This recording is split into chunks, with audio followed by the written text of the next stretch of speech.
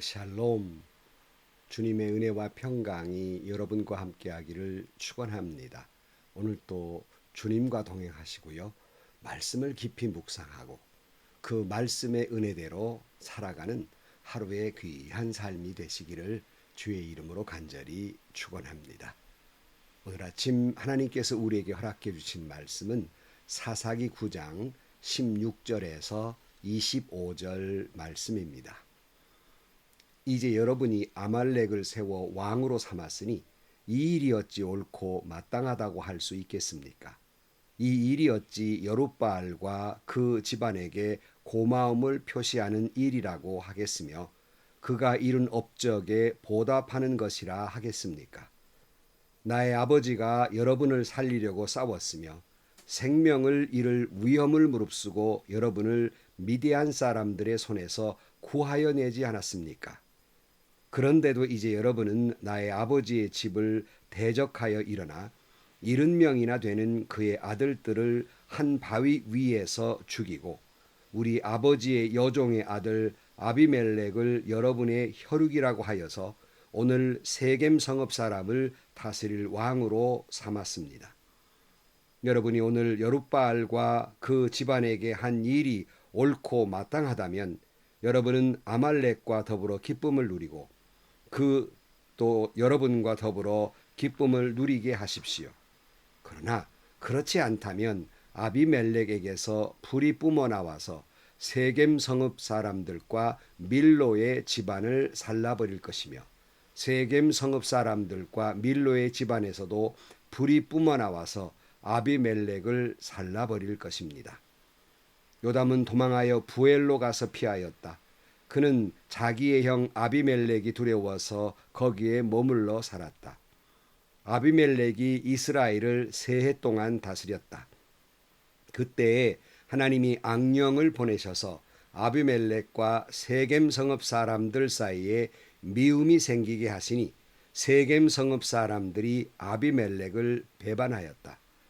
하나님은 아비멜렉이 여룻바알의 아들 70명에게 저지른 포악한 죄과를 이렇게 갚으셨는데 자기의 형제들을 죽인 핏값을 아비멜렉에게 그리고 형제들을 죽이도록 아비멜렉을 도운 생앱 성읍 사람들에게 갚으신 것이다.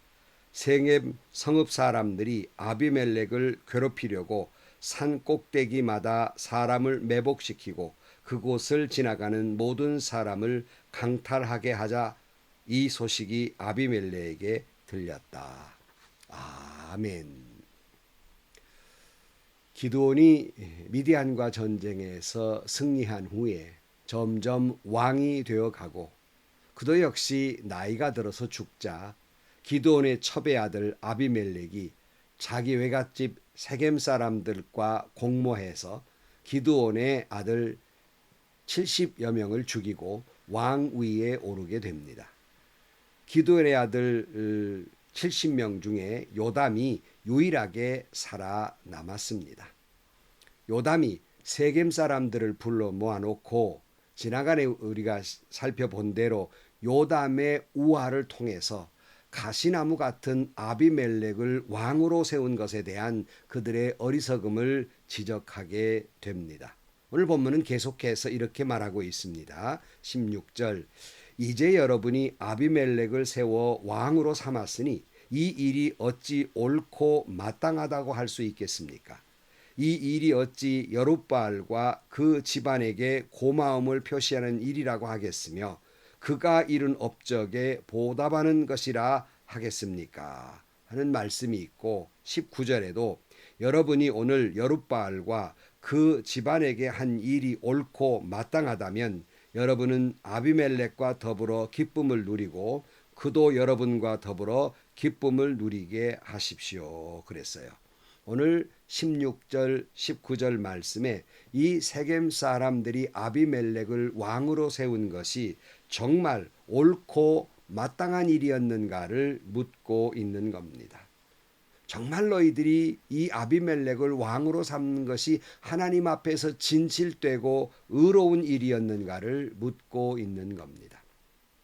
성경이 우리에게 지속적으로 가르쳐주는 말씀이 하나 있습니다.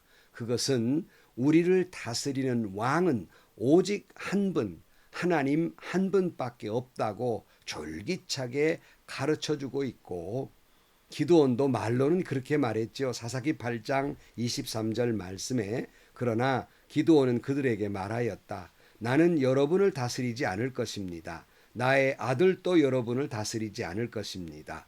오직 주님께서 여러분을 다스릴 것입니다. 이렇게 말하고 있지 않습니까? 말은 이렇게 했지만 정작 그 자신은 자기 첩의 아들 이름을 아비멜렉, 나의 아버지는 왕이다, 이런 뜻으로 이름을 지었고 늘 그 이름을 불렀습니다. 늘 그 소리를 들은 아비멜렉이니까 자기 아버지가 죽자 왕이 되려고 하는 것은 어찌 보면 너무 그 아버지의 가르침에 의해서 당연한 결과이고, 이 결과로 인해서 형제를 모두 죽이는 비극을 가져오게 된 것이 아니겠습니까? 그런 아비멜렉을 왕으로 삼는 것이 정말 옳은 일이었고 정당한 일이었는가? 하나님 앞에 이것이 진실되고 의로운 일이었습니까? 하고 이제 요담은 묻고 있는 겁니다. 사실 내막을 좀 이렇게 살펴보면 세겜 사람들이 아비멜렉을 왕으로 삼은 이유 가운데 하나가 아비멜렉의 말처럼 70명을 섬기기보다는 아비멜렉 한 명을 섬기는 것이 더 편할 것이라는 생각이 있었고, 특별히 아비멜렉의 고향, 그것이 바로 세겜이었고 고륙 친척이라고 하는 이유 때문에 또 그런 이유로 덕을 보고자 하는 마음이 있었을 것이고, 그래서 왕으로 세운 것입니다. 소위 우리나라가 선거철만 되면 우리가 남이가 하는 그런 생각이나 같은 것이었죠. 즉 그들이 아비멜렉을 왕으로 세운 것은 그가 왕이 될 만한 소양이나 자질을 갖추어서가 아니라 자기 자신들에게 이익이 되고 편리한 일이 되었기 때문에 그렇게 왕으로 세운 거지, 그들이 아비멜렉을 왕으로 세운 건 진실된 일도 아니고 옳은 일도 아니고 의로운 일도 아니었다는 것을 지적하고 있는 겁니다.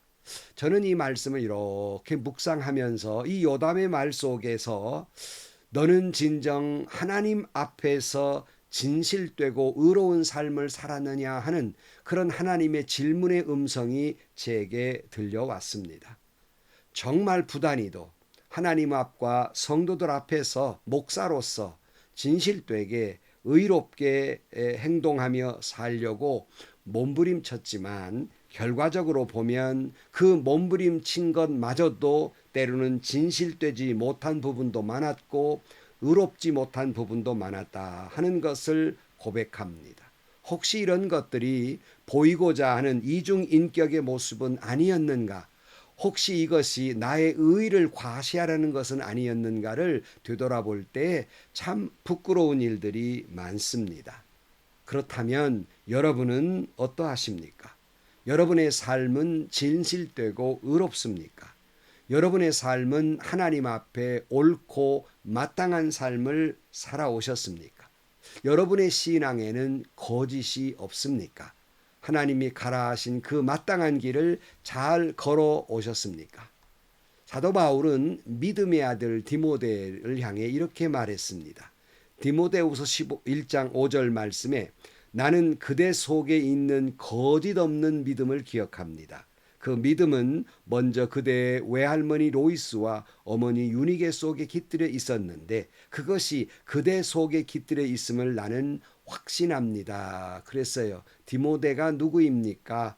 바울이 늘 함께 했고 그를 아들이라고 부를 만큼 그를 잘 알고 있었습니다. 그러나 디모데 안에 하나님 앞에 진실하게 살려고 애썼던 바울의 눈에 자기의 아들로 여겼던 바로 디모데에게도 이 거짓이 없는 믿음이 있음을 잘 보았고, 그리고 그에게 그렇게 거짓 없는 믿음이 있다고, 그것을 확신한다고 이야기하고 있는 것입니다. 우리는 이 바울과 같이, 바로 이 디모데와 같이 하나님 앞에 거짓이 없는 진실된 믿음, 그리고 마땅히 옳은 길을 걸어가는 삶을 살아야 하겠습니다. 요셉이 보디발의 아내 유혹을 받았을 때 내가 어찌 하나님께 독재하리요라고 이야기하면서 죄를 짓지 않습니다. 보디발의 아내를 취하는 것은 하나님 앞에서 죄 짓는 것으로 알기 때문에 진실되고 의롭게 살기 위해서 그걸 마땅히 거절하고 있는 것입니다. 여러분, 늘 제가 말씀 가운데 그런 말을 해요. 우리 믿는 사람들이 세상 사람들보다 실력이 부족할 수도 있고 힘이 부족할 수도 있고 능력이 부족할 수도 있지만 이거 하나만은 부족해서는 안 됩니다. 그게 뭐냐면 진실입니다. 진실성만큼은 부족해서는 결코 안 되는 것입니다. 아무리 세상이 거짓말을 해야 살아가는 세상이라고 하더라도 신앙인은 진실만큼은 부족해서는 안 됩니다 하는 말을 늘 해왔습니다. 그러므로 여러분, 어떤 분의 고백처럼 꿈속에서라도 거짓을 했으면 회개해야 하는 것입니다. 우리는 그래서 끊임없이 기도해야 합니다.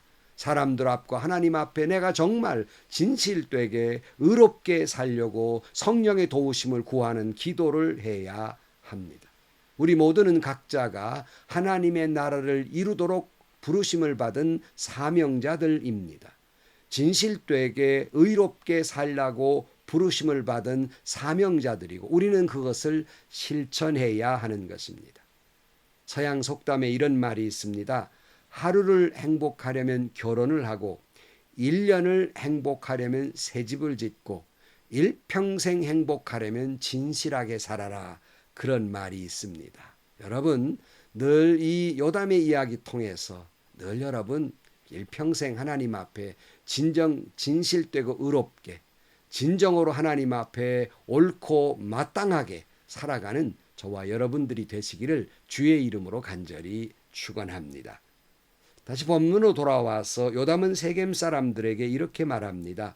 이제 여러분이 아비멜렉을 세워 왕으로 삼았으니 이 일이 어찌 옳고 마땅하다고 할 수 있겠습니까? 이 일이 어찌 여룹바알과 그 집안에게 고마움을 표시하는 일이라고 하겠으며 그가 이룬 업적에 보답하는 것이라고 하겠습니까? 나의 아버지가 여러분을 살리려고 싸웠으며 생명을 잃을 위험을 무릅쓰고 여러분을 미디안 사람들의 손에서 구하여내지 않았습니까? 그런데도 이제 여러분은 나의 아버지 집을 대적하여 일어나 70명이나 되는 그의 아들들을 한 바위 위에서 죽이고 우리 아버지의 여종의 아들 아비멜렉을 여러분의 혈육이라고 하여서 오늘 세겜성을 다스릴 왕으로 삼았습니다. 그랬어요.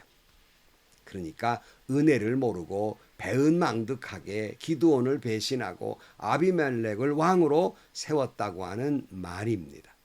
저는 사실 이 말이 요담의 말에는 좀 유감이 있어요. 왜냐하면 이스라엘을 구한 것은 사실은 기드온이 아니라 하나님이십니다. 그러나 지금 요담은 그걸 생각할 겨를이 없어요. 세겜 사람들의 배신한 것에 대한 은혜를 모르는 것에 대한 그러한 배신감에 지금 치를 떨고 있는 겁니다. 시편 103편 1절 말씀에 내 영혼아 주님을 찬송하여라. 마음을 다하여 그 거룩하신 이름을 찬송하여라. 내 영혼아 주님을 찬송하여라. 주님이 베푸신 모든 은혜를 잊지 말아라. 그랬어요. 사랑하는 성도 여러분, 우리 신앙인은 은혜를 잊고 살아서는 안 됩니다.